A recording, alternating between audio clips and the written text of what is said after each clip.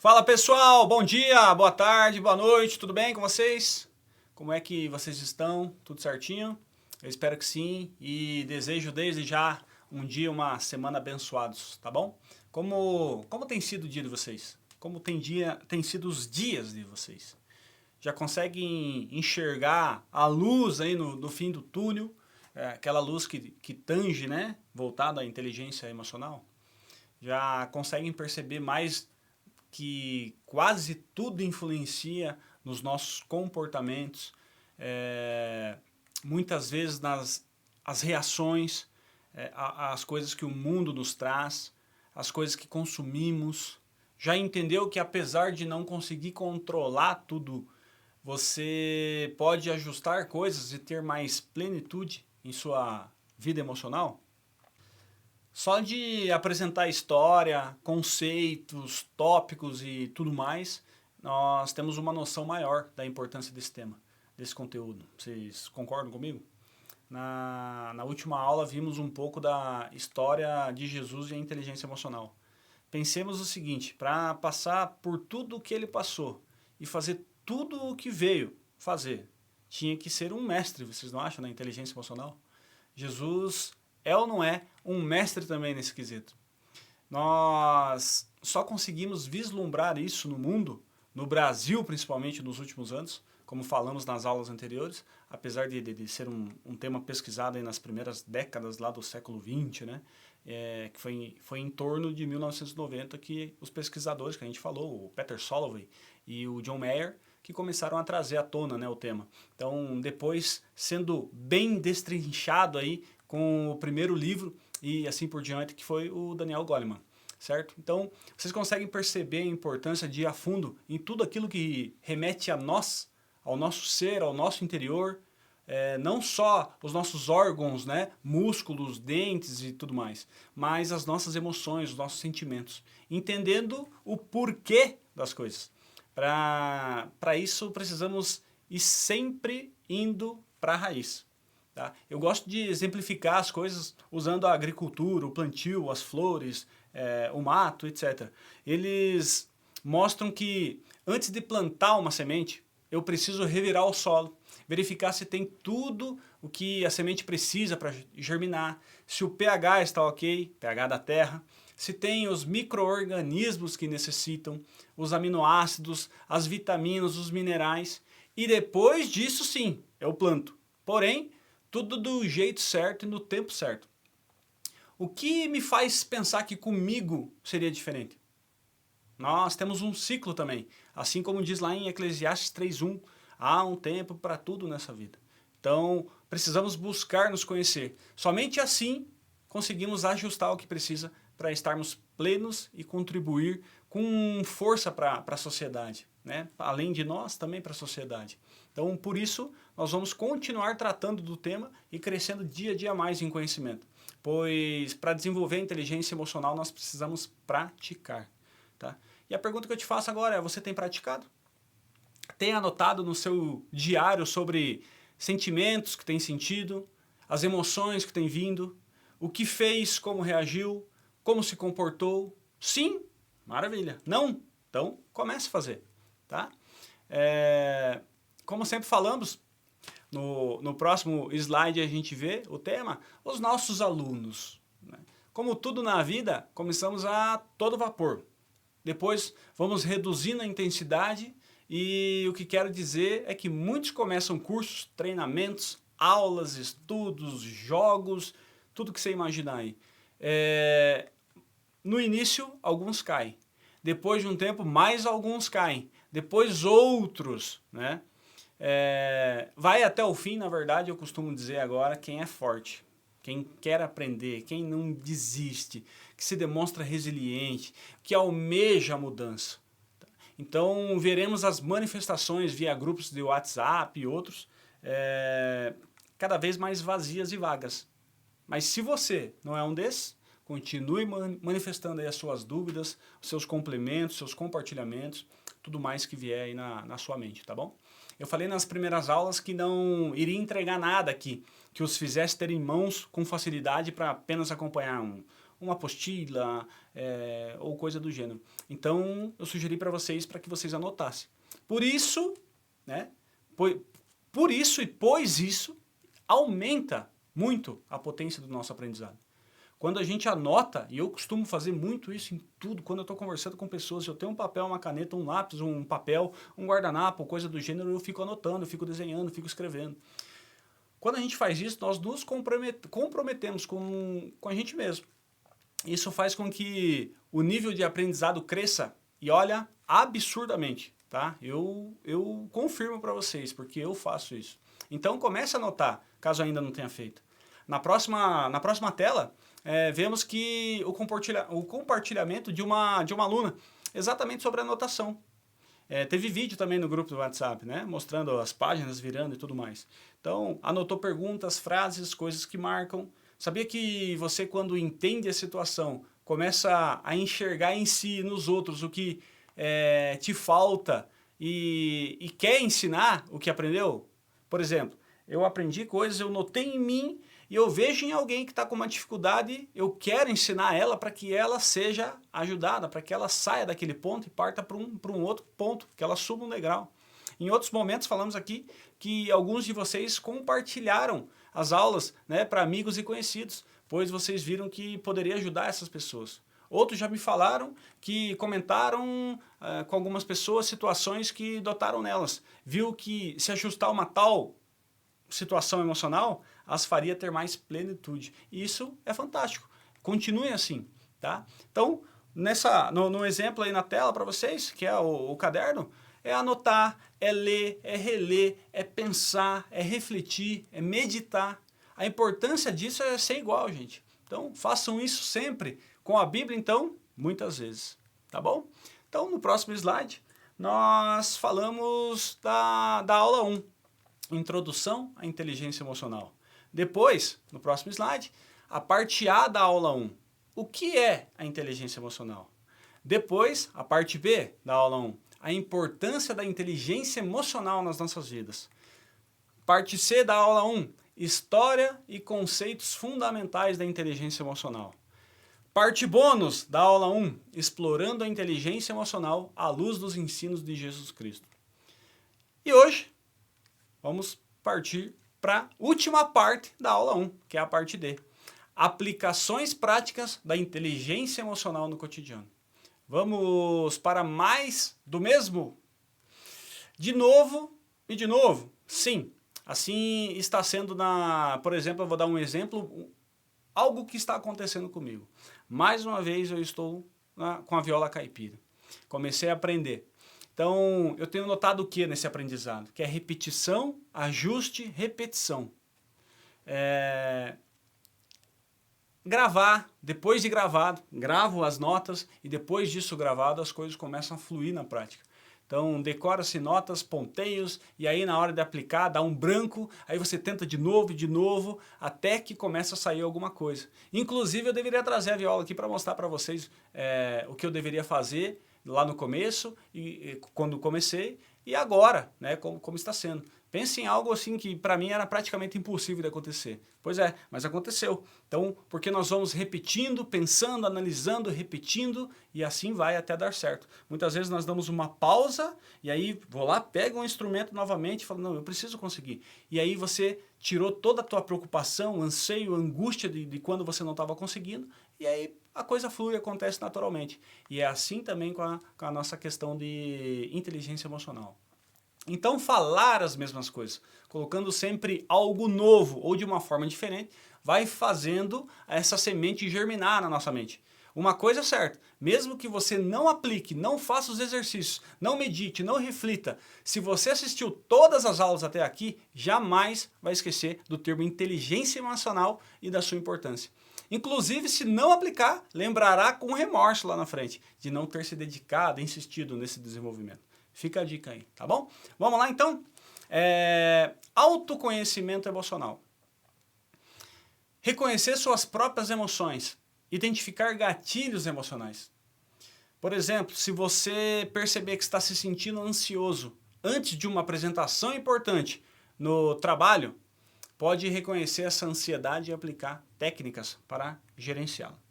Então, reconhecer as suas próprias emoções, identificar o que te faz sentir essa emoção, sentir a raiva, sentir feliz, sentir alegria. Quando você reconhece, quando você identifica os gatilhos que fazem com que isso aconteça, você já tem algo a se trabalhar. E isso é muito valioso, certo? Você consegue ter um mapa do norte. Opa, é para cá o norte. Então você consegue trabalhar usando técnicas, ferramentas, coisas que nós vamos falar nas próximas aulas aí, repetindo, meditando, refletindo, repetindo, insistindo e assim por diante. Tá bom?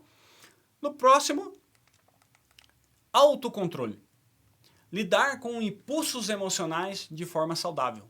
Evitar explosões de raiva ou reações emocionais exageradas. Um exemplo. Respirar profundamente antes de responder a um e-mail irritante para evitar uma resposta impulsiva. Falo para vocês aqui que eu reviso meus e-mails para não ter erros de português e até fazer colocações mais assertivas para os meus clientes. Mas muitas vezes eu já tive que respirar fundo, segurar e falar, não, se eu responder assim, o que vai gerar lá na outra pessoa, certo? Então eu consigo ter um autocontrole. Não é uma questão automática em alguns momentos. Eu acredito até que nós morreremos lutando com isso. Não vai ser automático, eu já entendi, minha mente já captou. Não, vai ser sempre racional. Olha, se eu responder agora, vai dar ruim. Então deixa eu pensar aqui. Eu estou tendo um impulso emocional agora que é negativo. Então eu preciso tratar, eu reconheci, para formar um impulso emocional agora saudável. Então evitando explosão de raiva, reações aí exageradas. O próximo, a empatia. Compreender e compartilhar as emoções dos outros. Melhorar relacionamentos pessoais e profissionais. Exemplo, ao perceber que um amigo está triste, demonstrar empatia ao ouvir, né, e oferecer apoio. Então essa é uma das coisas aí que falamos muito nesses tempos de empatia, tudo é empatia, não, você tem que ter empatia, você tem que agir com empatia, tratar com empatia e tudo mais, mas pouco fazemos da forma correta. Então, compreender a emoção do outro. Isso é algo extraordinário quando a gente consegue. Nós entramos no mundo da pessoa e podemos ajudar de forma mais assertiva, assim melhorando os nossos relacionamentos pessoais, familiares, sociais, profissionais e assim por diante. Tá bom? Continuando, habilidades sociais.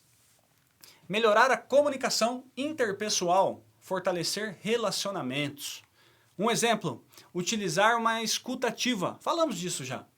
Uma reunião de equipe para entender as preocupações de todos os membros e promover uma colaboração eficaz.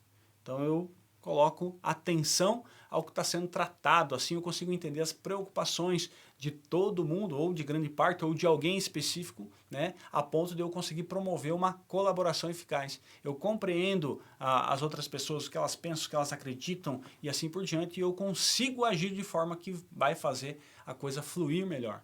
Então, quando eu melhoro essa comunicação interpessoal, eu melhoro as relações gerais com todas as pessoas, fortalecendo assim relacionamentos, tá bom? Próximo, tomada de decisão emocionalmente inteligente. Considerar as emoções ao tomar decisões. Evitar decisões impulsivas ou baseadas apenas em lógica. Olha a importância disso, gente. Um exemplo, ao escolher entre 2 empregos, considerar não apenas o salário, mas também como cada opção afetará a sua felicidade e equilíbrio entre a vida pessoal e a vida profissional. Olha a importância disso, pessoal. Você opta não por aquele que vai te dar um salário maior, por exemplo, mas sim por aquele que vai te dar uma qualidade de vida, que vai manter as suas emoções em equilíbrio. Quem aqui já trabalhou em várias empresas consegue ter uma base de perfis diferentes, né? de empresas, de métodos de trabalho, de pessoas que são seus colegas ali. Qual que tirava a tua paz, qual que não tirava, em que momento tiravam. Quando a gente olha para trás, a gente consegue ter um panorama da nossa vida emocional, dos ambientes, o que o ambiente fazia. Então, quando a gente toma uma decisão, para ter essa tomada de decisão emocionalmente inteligente, a coisa flui para nossas vidas. Então, evitamos a impulsividade e vamos na lógica. Opa, isso vai me fazer bem e eu opto por isso. Certo? Então, isso é muito importante. Próximo. Resolução de conflitos. resolver disputas de forma construtiva, evitar conflitos destrutivos. Um exemplo, utilizar a comunicação não violenta para abordar um desacordo com um colega de trabalho e encontrar uma solução que beneficie ambas as partes. Olha só que importante isso.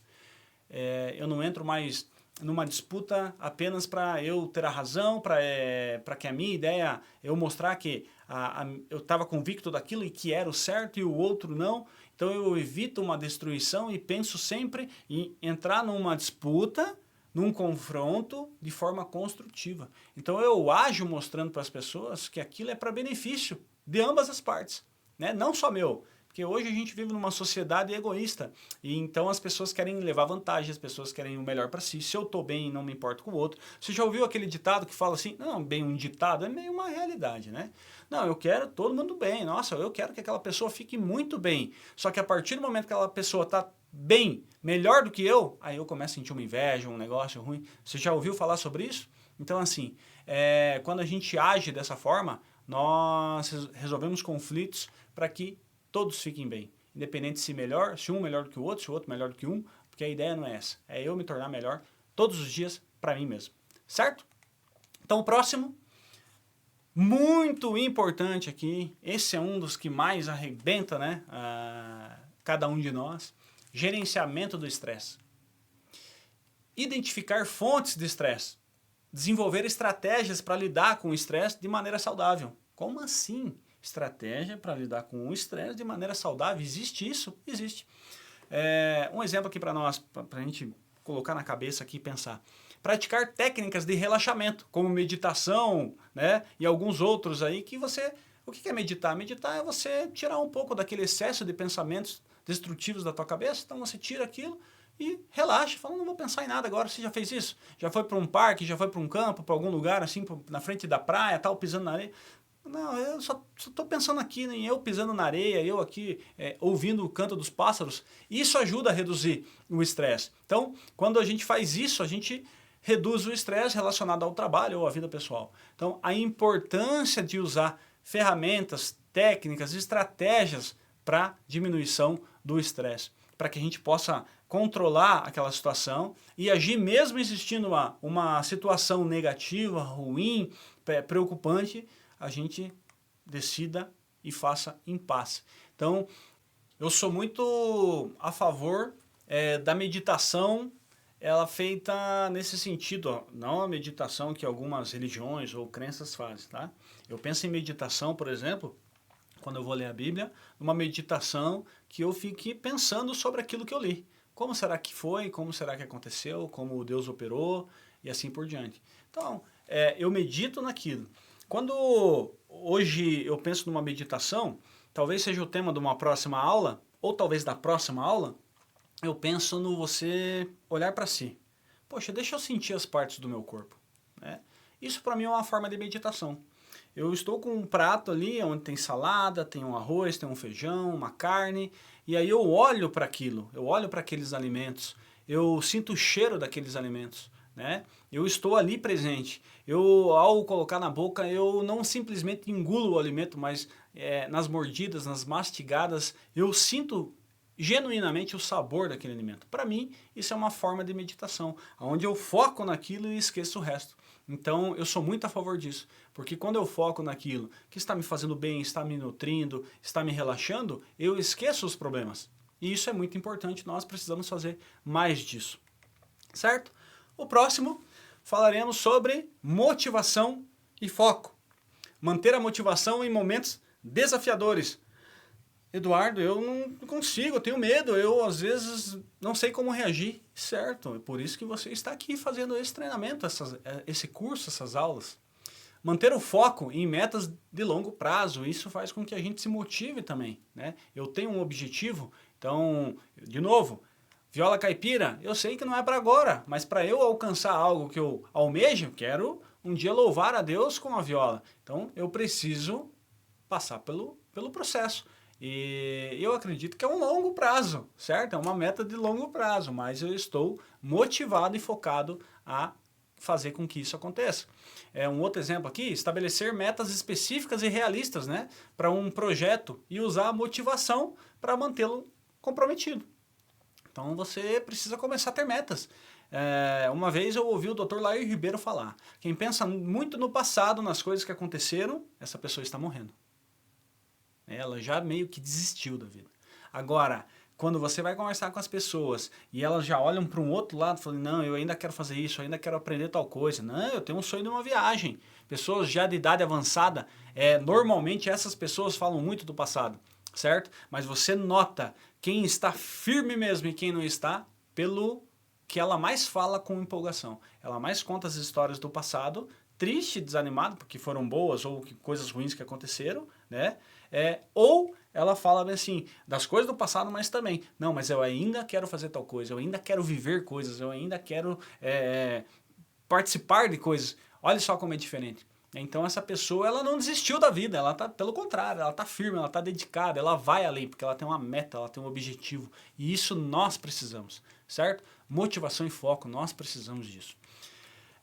Partindo para a nossa conclusão, na aula de hoje, reforço aqui das aplicações na prática da inteligência emocional em nosso cotidiano.